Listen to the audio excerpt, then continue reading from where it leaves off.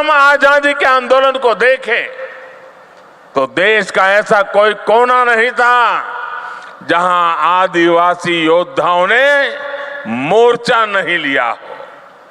मानगढ़ धाम में गोविंद गुरु के योगदान को कौन भूल सकता है। मध्य प्रदेश के तंत्या भील भीमा नायक, छत्तीसगढ़ के शहीद वीर नारायण सिंह, वीर गुंडाधुर, मणिपुर की रानी गाइडिन्ल्यो, तेलंगाना के वीर रामजी गोंड, आदिवासियों को प्रेरित करने वाले आंध्र प्रदेश के अल्लूरी सीताराम राजू, गौंड प्रदेश की रानी दुर्गावती, ये वो विभूतियां हैं जिनका देश आज भी ऋणी है। ये देश का दुर्भाग्य है कि आजादी के बाद ऐसे वीरों के साथ न्याय नहीं हुआ। मुझे संतोष है कि आजादी के 75 वर्ष होने पर अमृत महोत्सव के दौरान हमने ऐसे वीर वीरांगनाओं को याद किया, उनकी स्मृतियों को अगली पीढ़ी तक पहुंचाया। साथियों, झारखंड आना मुझे पुरानी स्मृतियों को ताजा करने का अवसर भी देता है। गरीबों की सबसे बड़ी ताकत आयुष्मान भारत योजना की शुरुआत झारखंड से ही हुई थी। कुछ ही साल पहले खूंटी में मैंने सोलर पावर से चलने वाले जिला न्यायालय का उद्घाटन किया था। अब आज झारखंड की इस पावन भूमि से एक नहीं बल्कि दो ऐतिहासिक अभियानों की शुरुआत होने जा रही है। विकसित भारत संकल्प यात्रा सैचुरेशन के सरकार के लक्ष्यों को प्राप्त करने का सशक्त माध्यम बनेगी। पीएम जनजाति आदिवासी न्याय महाअभियान विलुप्त होने की कगार पर खड़ी जनजातियां, जिसे हम अब तक प्रिमिटिव ट्राइब के रूप में जानते हैं, उनकी रक्षा करेगा, उन्हें सशक्त करेगा।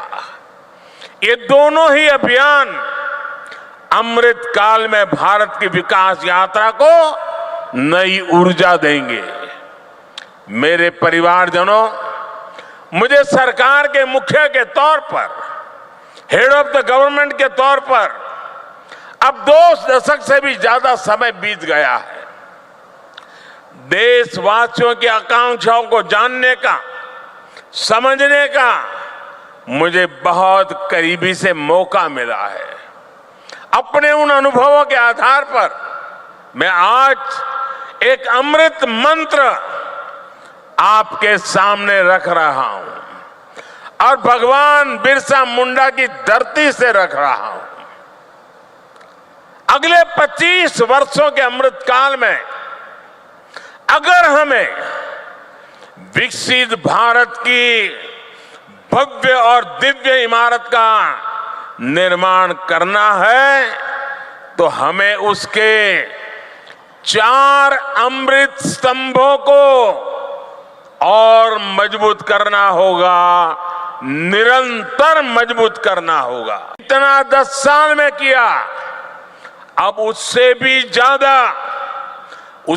ज्यादा ऊर्जा के साथ हमें इन 4 अमृत स्तंभों पर अपनी पूरी ताकत लगानी है। और विकसित भारत के 4 अमृत स्तंभ मैं आपको बताना चाहता हूं। ये 4 अमृत स्तंभ है क्या? पहला अमृत स्तंभ भारत की हमारी महिलाएं, हमारी माताएं बहनें, हमारी नारी शक्ति। दूसरा अमृत स्तंभ है हमारे भारत के किसान भाई बहन और किसानी से जुड़े हुए जो कारोबार है, चाहे पशुपालक हो, चाहे मछली पालक हो, ये सारे हमारे अन्नदाता। तीसरा अमृत स्तंभ, भारत के नौजवान, देश की युवा शक्ति, जो आने वाले 25 साल में देश को नई ऊंचाई पर पहुंचाने वाली सबसे बड़ी शक्ति है। और चौथा अमृत स्तंभ, भारत का मध्यम वर्ग, नियो मिडिल क्लास और भारत के मेरे गरीब भाई बहन, इन 4 स्तंभों को हम जितना मजबूत करेंगे, विकसित भारत की इमारत भी उतनी ही ऊंची उठेगी। मुझे संतोष है कि बीते 10 वर्षों में इन 4 स्तंभों को सशक्त करने के लिए जितना कार्य हुआ है, उतना पहले कभी नहीं हुआ। साथियों, आज तक और आजकल हर तरफ भारत की इस सफलता की चर्चा है कि हमारी सरकार के 5 वर्षों में 13 करोड़ से ज्यादा लोग गरीबी से बाहर निकले हैं। आखिर बीते कुछ वर्षों में ऐसा क्या हुआ जो इतना बड़ा परिवर्तन जमीन पर देखने को मिला है।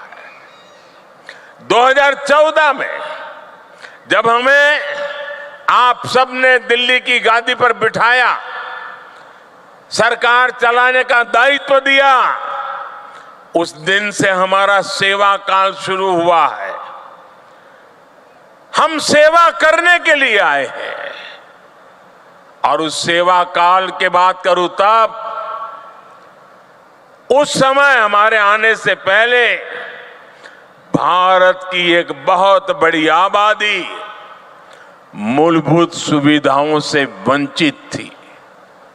देश के करोड़ों गरीबों ने इस बात की उम्मीद भी छोड़ दी थी कि कभी उनका जीवन बदल पाएगा। और सरकारों का रवैया भी ऐसा था कि वो खुद को जनता का माई बाप समझती थी।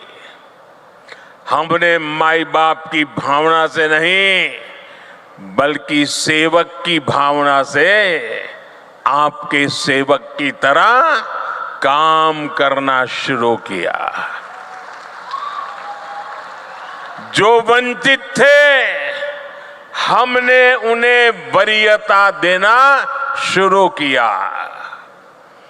जिन्हें सबसे दूर समझा जाता था, सरकार खुद चलकर उनके पास गई।